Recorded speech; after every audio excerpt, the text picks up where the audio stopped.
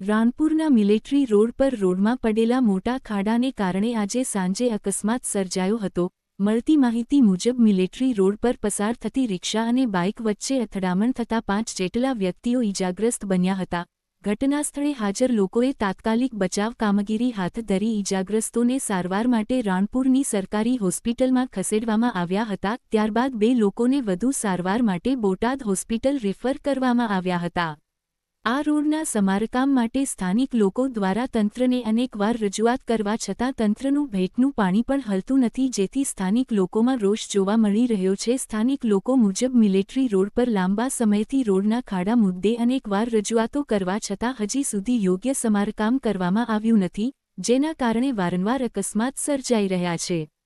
આજની ઘટના પછી ફરી એક વખત રસ્તા સુધારણા માટે સ્થાનિકોમાં રોષ જોવા મળી રહ્યો છે। આ ઘટના અંગે સંબંધિત વિભાગ દ્વારા જરૂરી પગલાં લઈ રસ્તાનું તાત્કાલિક સમારકામ થાય તેવી સ્થાનિક નાગરિકો માંગણી કરી રહ્યા છે। અહેવાલ જયદેવ વી મંડેર।